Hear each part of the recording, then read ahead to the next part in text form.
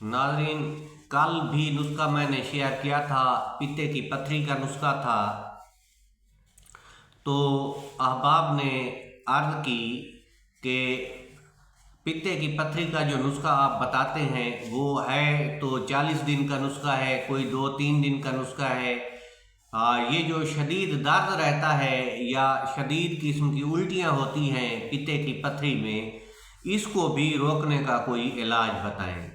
तो उन अहबाब की खिदमत में मैं हाजिर हूँ जिनने पूछा था पित्ते की पथरी में अगर उल्टियाँ हों, दर्द हो तो वो किस तरह रोका जाए। तो नाज़रीन, इसके लिए आसान और घरेलू नुस्खा है जिसको हम मिठा कहते हैं, सराइकी ज़बान में उसको वो मिठड़ी भी कहते हैं। ये सिट्रस फ्रूट की एक टाइप है। ये किन्नू या माल्टे के सीज़न से पहले आती है। तो ये जो है बड़ी बेहतरीन और कामयाब किस्म की चीज़ है। ये पित्ते की पथरी के दर्दों के लिए जो है लाजवाब और मुजरब मानी जाती है। नाज़रीन, करना ये है कि इसके आपने छिलके ले लेने हैं।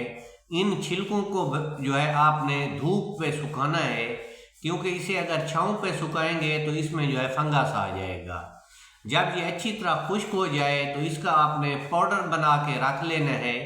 थोड़ा सा इसमें आपने नमक शामिल करना है।